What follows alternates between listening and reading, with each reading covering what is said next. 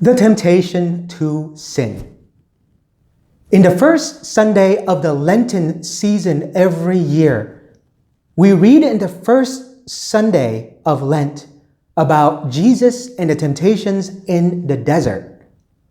Now, if we think about it, all of us face temptations in our lives. Temptations are real.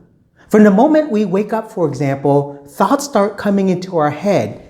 And if we're not careful, those thoughts will lead us to sin, and those sins will lead us away from God. And if left unchecked, those sins will lead us eventually to death. Now, if you're interested in learning more about temptations and ways to resist temptation, I made a video called Temptation versus Sin, 6 Ways to Avoid It. Please visit the website studymyfaith.com. You can find it there, or you can search it on YouTube. Studymyfaith.com. Temptation versus sin.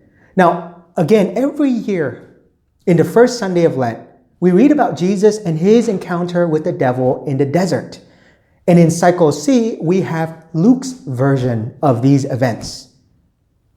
You see, before we get more into temptation, I want to define what temptation is to make it clear for us. My favorite definition of temptation is an enticement to sin. And in case you're wondering what enticement means, it means an inducement or an allurement, literally like pulling you towards sin, like drawing you into sin. In other words, that's what a temptation is. Remember, temptation is not a sin. It leads us into sin. So what's the fine line between temptation and sin, if you will? It's pretty clear. The fine line is the consent of the will. You see, we have the intellect, the ability to reason, the ability to recognize this act is wrong. But our will, if our will consents to it and we says, yes, we know it's wrong, we're going to do it anyways, that's sin. So again, if you'd like to learn more about temptations and sins and ways to resist temptation, please visit studymyfaith.com because it's a fairly comprehensive topic to discuss. So now, with that being said in temptation and sin, let's go into the Sunday reading for this first Sunday in Lent.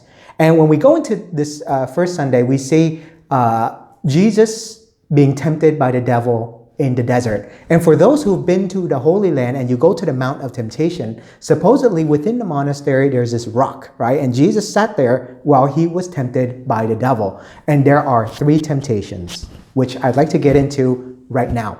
The first temptation is stone into bread, right? If you are the Son of God, command that this stone become bread.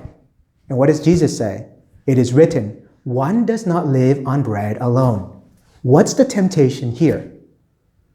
Temptation here is to appetite. You see, how many of us can live on bread alone? Literally. We need spiritual as well, in our lives. Temptation here, the first temptation is to pleasure. So the first temptation then is to that of the senses, the sensual, the pleasure, the satisfaction. Now you might be thinking, or perhaps this may cross your mind, you say, well, I don't see anything wrong with eating some bread if you're hungry, especially being in the desert for 40 days, right? Well, the point here is this. Are you in control of your appetite? And this appetite is hunger, right?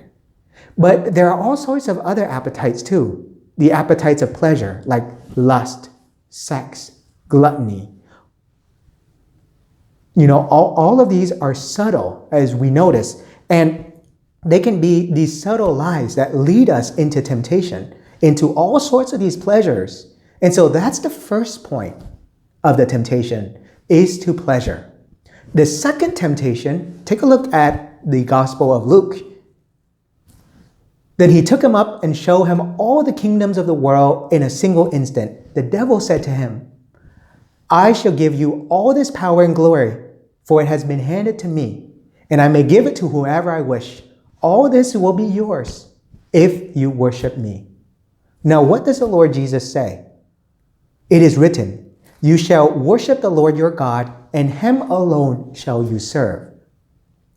What's the second temptation here? The second temptation is to power and glory.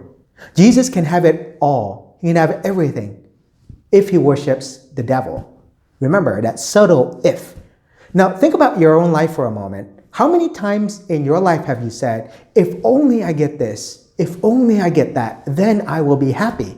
And you're happy for like one day, right? And then after that, you're not happy again. And you wonder, well, why am I not happy? Let me give you an example. Let's just say, for example, at your work, one day you get a big promotion, big bonus, big raise, new responsibility. Of course you're happy, right? You get more power, more responsibility, even more money.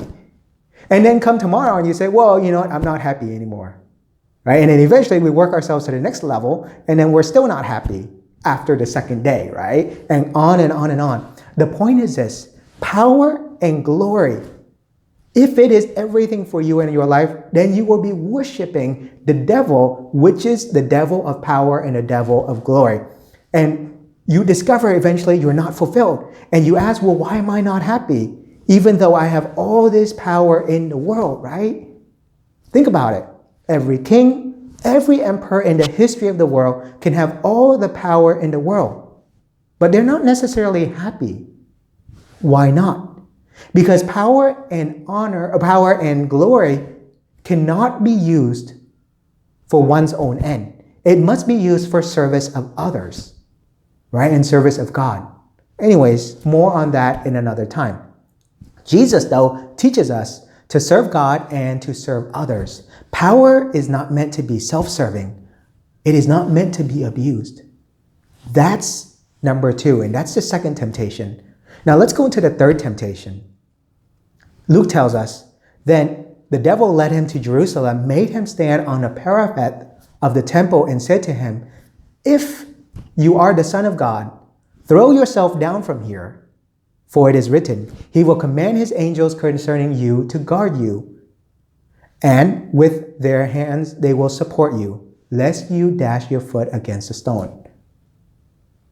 Now, how does Jesus respond? He says, it also says, you shall not put the Lord your God to the test.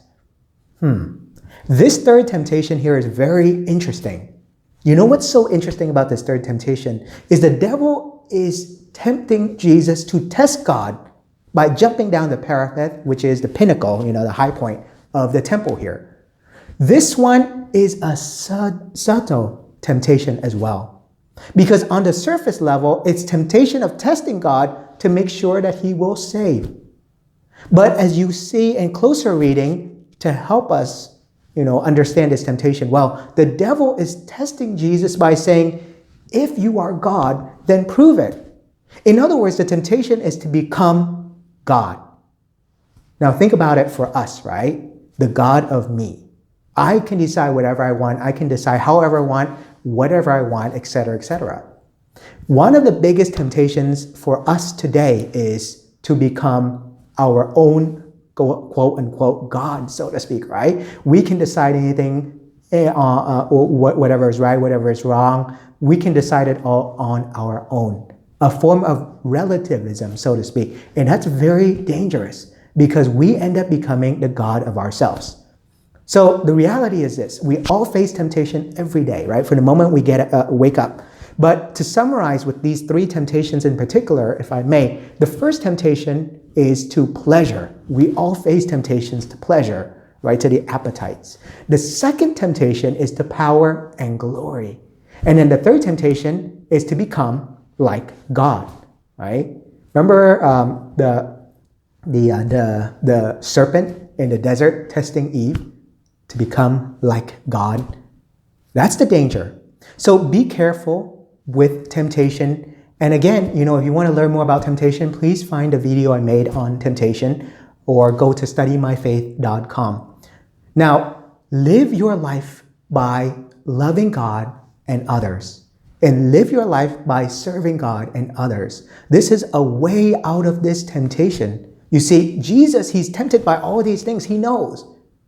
He also recognized that he's here to love us and to save us and to redeem us on this cross right here as we see. Think about it.